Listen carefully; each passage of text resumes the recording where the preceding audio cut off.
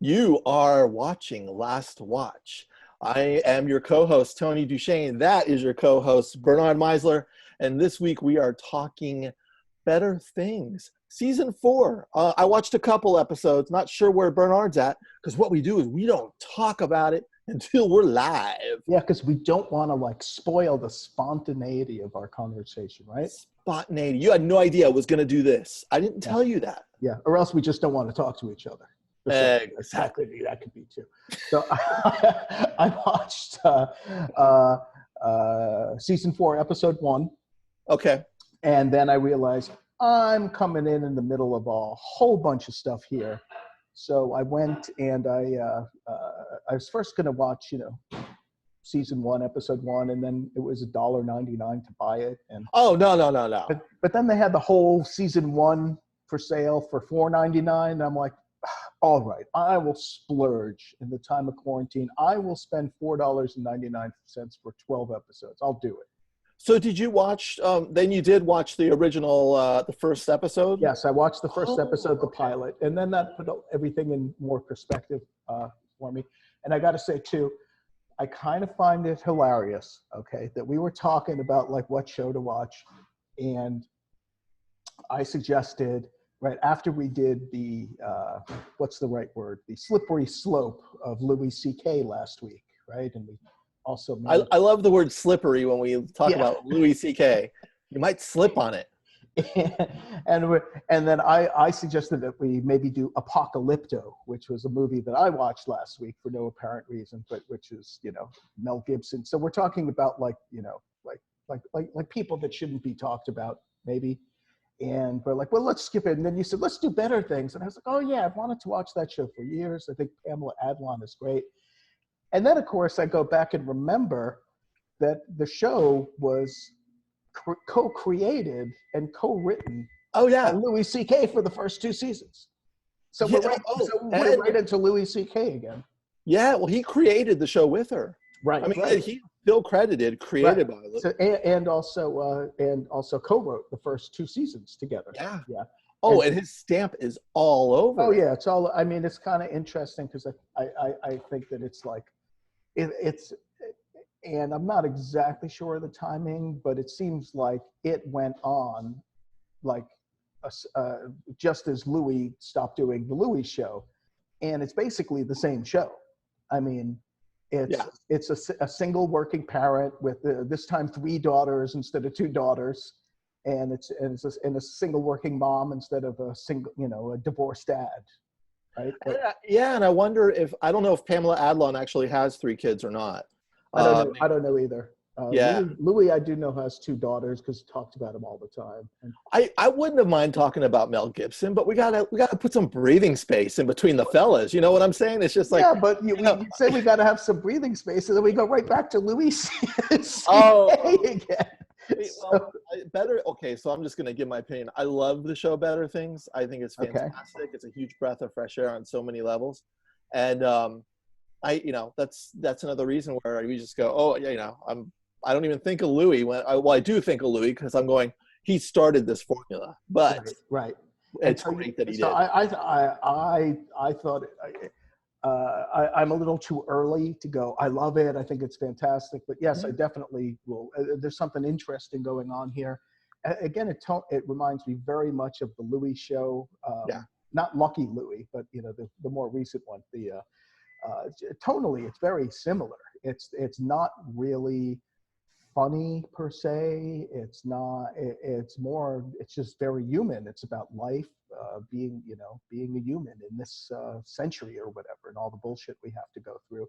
And I think, and also we talked about last week how and other people told me this after they saw our Jerry versus Louis C.K. thing. Like, dude, Jerry's out of touch. You don't know what the fuck you're talking about. And I'm like, but at the same time, I think Louis' comedy is so in touch with the now, and then Pamela Adlon is so in touch with the now. And we can't go for the ha-ha laugh, the 3 laughs a minute or whatever. We need to have a story. We need to have it real. And then there's a lot of humor to it. So. Yeah, but a friend of mine said years ago, that Louis, it's like the funniest comedy ever. That's not funny. I Yeah. mean, it's nothing in there's played for laughs. You chuckle once in a while, but it's really more of a dramatic series. Oh yeah. So that's kind of interesting too to see. And I just wanted to talk about Pamela Adlon for a minute. So I watched this episode with my wife. She's like, where do I know her from? She's kind of she's almost like a. I already know in my head. Can I write it down and see if? Wait, I'll write it down and then I'll see if. I'm going to do a Kreskin kind of thing here. Okay, I'm so writing it down. I'm going to write it down, and then when you tell me where she remembers it from.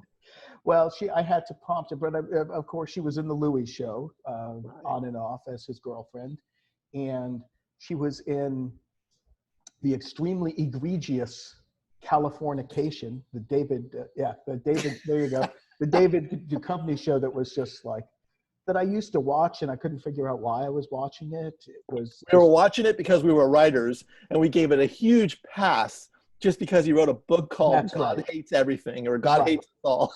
Right, and he's basically supposed to be like a younger, slightly less fucked up version of Charles Bukowski. Yeah. So there was something about that, I mean, there were a lot of like homages almost to Bukowski in that show, but it was like so sleazy and so low rent, and it was kind of funny. In the episode that I just watched, the pilot, there's a scene where Pamela Adlon is, supposed to be about to have sex with this guy, and she calls cut, and I could see like, yeah, they're talking about Californication here. Just thinking like, my daughters are going to watch this someday. Do we have to do this? And like, do we have to show the part where, the guy's son walks in the middle of us, and the director goes, "Oh, you mean the funny part?" all right.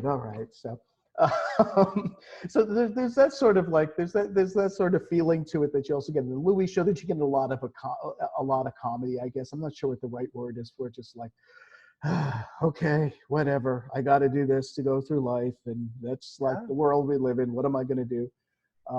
But yeah, she's also, and they also went into this like very specifically in that pilot episode. She's a very well-known voice actor, and she was the voice of Bobby Hill on King of the Hill, and won an Emmy. Right. Yeah. Won an Emmy for that, actually. And then she's done a whole bunch of voice work, because she's got that really kind of interesting, low-pitched, raspy kind of voice.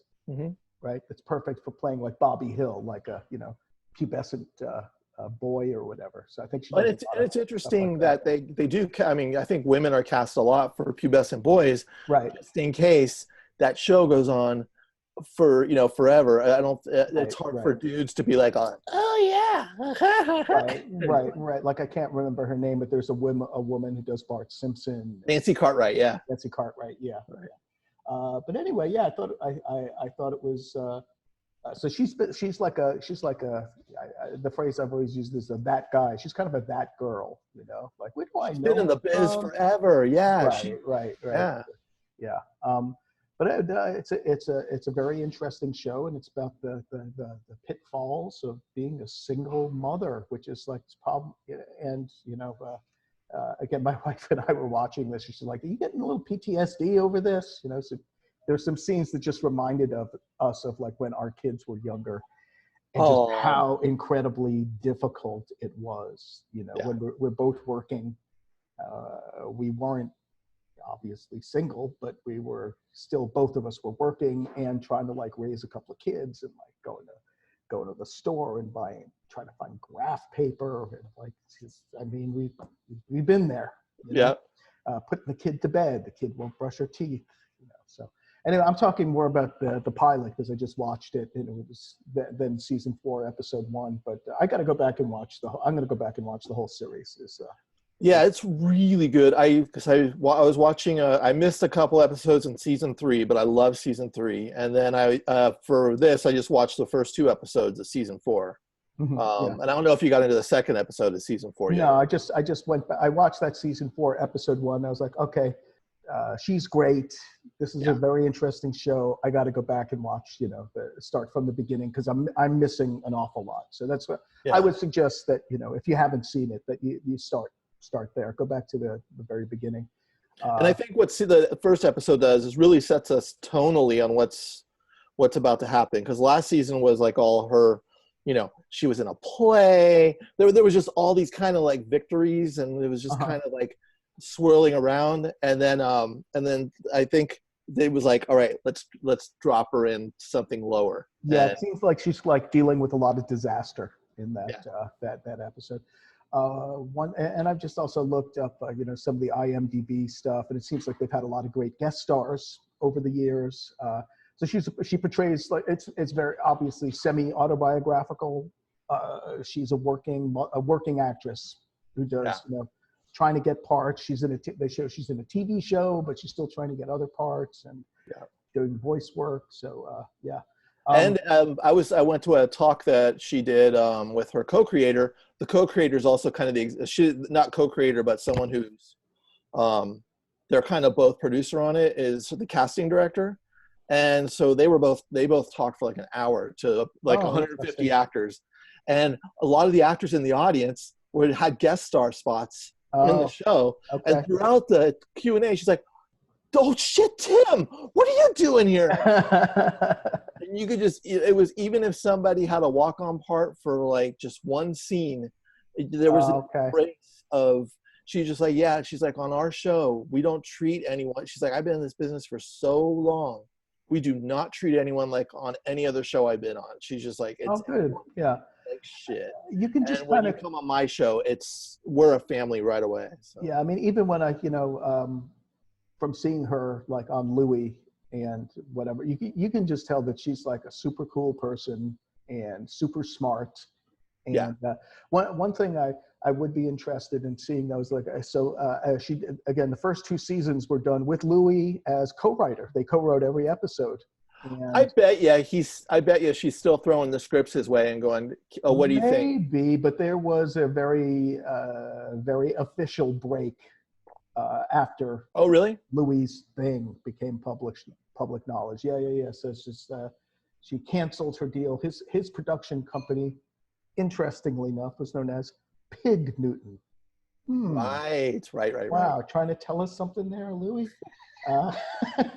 And so FX canceled their overall deal with Louis C.K. and his production company, and C.K. would have no involvement in future seasons of the series. And then she hired somebody else as co-writers and manager. But it's an interesting point. Was there a behind the scenes break? What is their real relationship? Yeah. Their relationship is so long, I would think he would be like, he'd be like, "Please, can you just send me those? I'll just like give it once over and maybe throw a punch up here and there." And it also brings to the point, so she's been working with him for years and has known him for years. And, now that I'm thinking about it, she might even have been on Lucky Louie. She was his wife.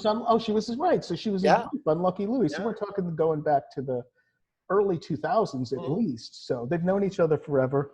And you got to figure she knew what he was doing. I mean, before this became public knowledge, there's no way. Maybe, I don't know. Heard about this, and is it just like, that Louie, he's disgusting, but whatever. He's You got to wonder, that like what she got. Oh my God, I can't believe what Louie was doing with these women who were working for. It's kind of interesting, but there were times when it was all consensual, or when they would say no, and maybe maybe she doesn't know about it, because I think it's the one time, and it was one time and 2 women. I might have been 2 women that crashed it all down, and it was because it was over.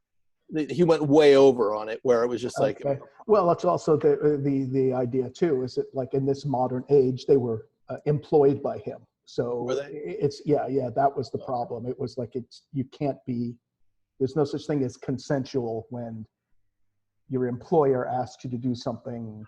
A little weird, right? Yeah. Not like he asked her out on a date or something like that. Right. Okay. Yeah. So that was to my mind, that was really the problem. Otherwise, it's like whatever you want to, like some girl just walks in and whatever, everyone's got their everyone's got their freaky thing. So it's another world for me, because the people I like work with, on, you know, if I'm working on such an intense thing, is the last person I'd ever want to be in any romantic relationship with, because Yeah. I want to go home to somebody else. I Yeah, want but to. you know, but it's also I mean, I've worked in offices where there are all sorts of inter-office romances because it's Yeah. and then there's HR rules. Oh, if you start dating someone, you must report this to HR immediately. It's Right. ridiculous.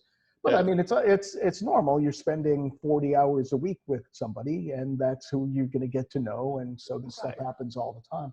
Yeah.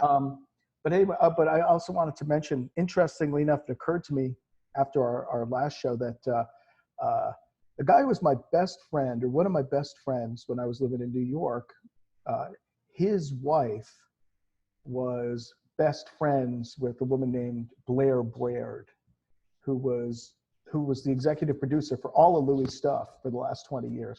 Oh, yeah, And yeah. that sounds a little bit like, well, my cousin had a friend, but no, I mean, Mhm. it's just like somebody I met and hung out with many times or whatever. And Tell me you reached out to her and you have all confirmations. I have not.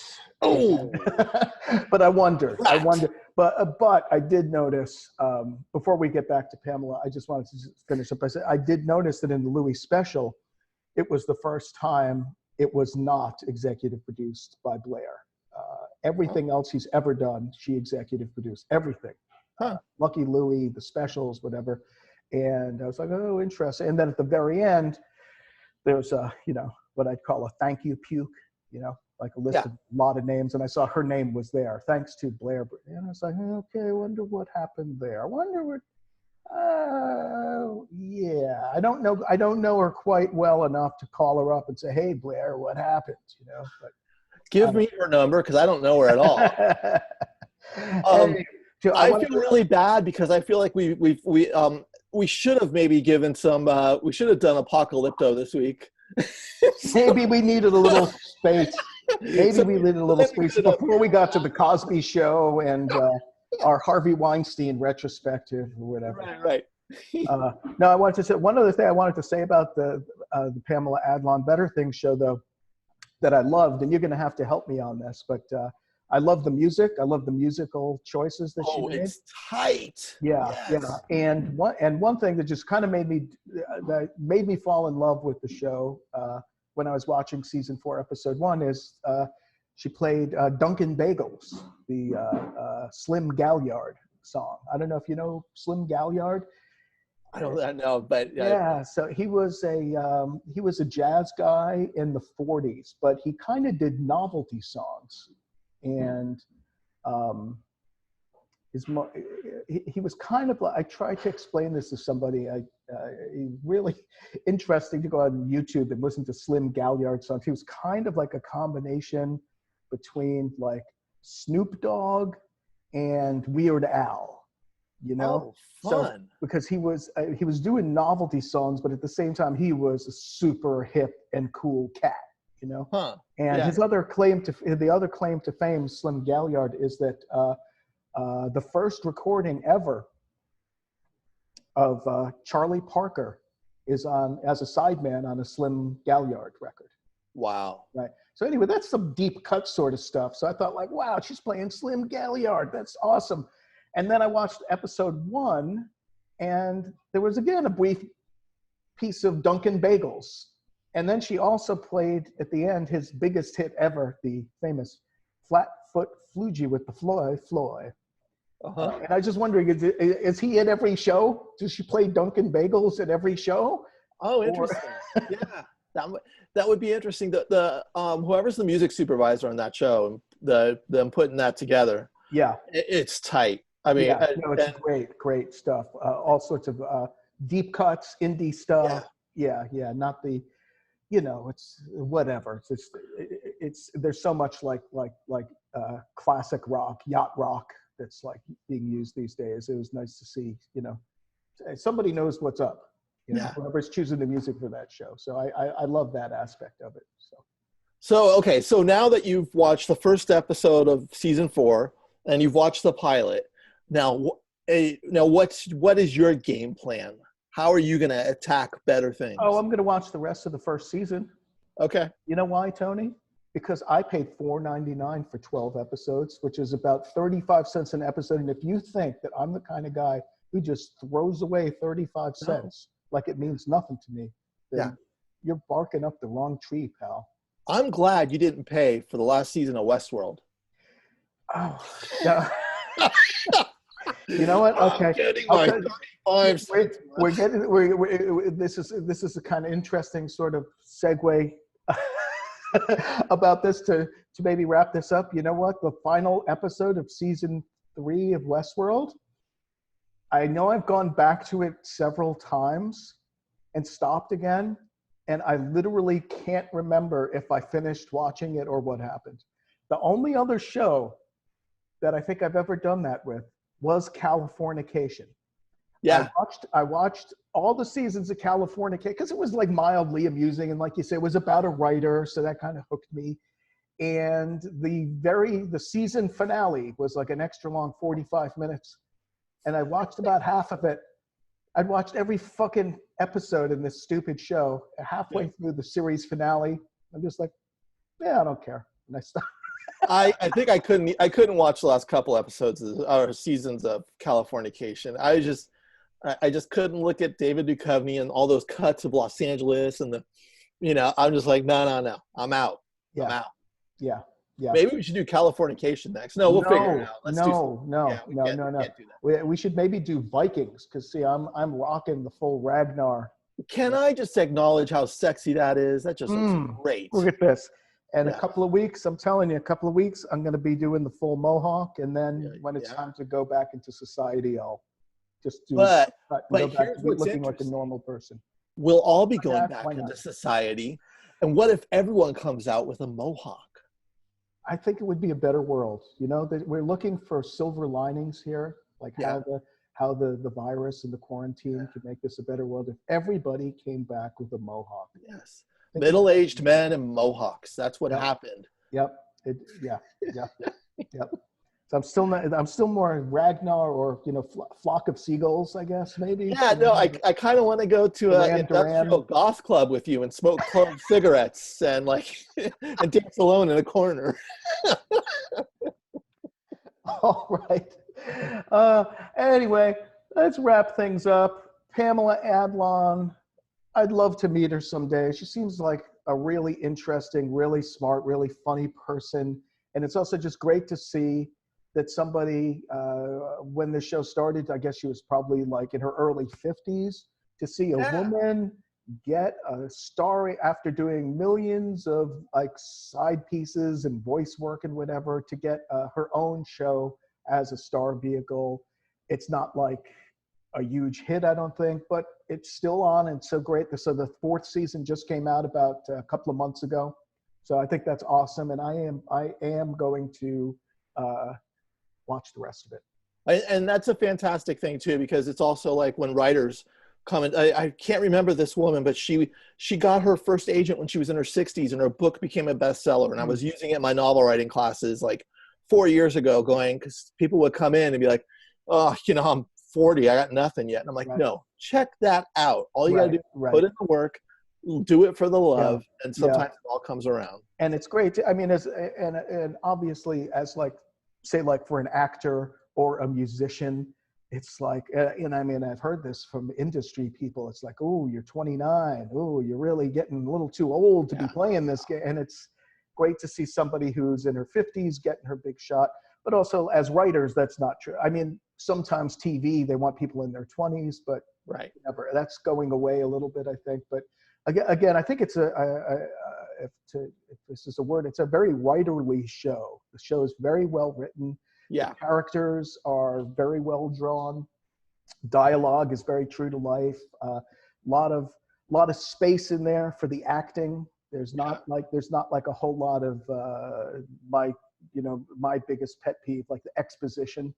There's no narration is saying, well, I got divorced from it. There's none of that. They just sort of let you figure it out for yourself. There's some they don't insult the audience. They don't. It's exactly as opposed to so many shows these days. Yeah. I could start naming names. Westworld. Let's not even get started on that. But yeah, no, highly recommended. How about that? Yeah, thumbs up. I've only watched the first 2 episodes of season 4, and I cannot wait to keep going. Okay, and this is on Hulu in their FX deal, so it is still being released the old-fashioned way, right? 1 episode a week.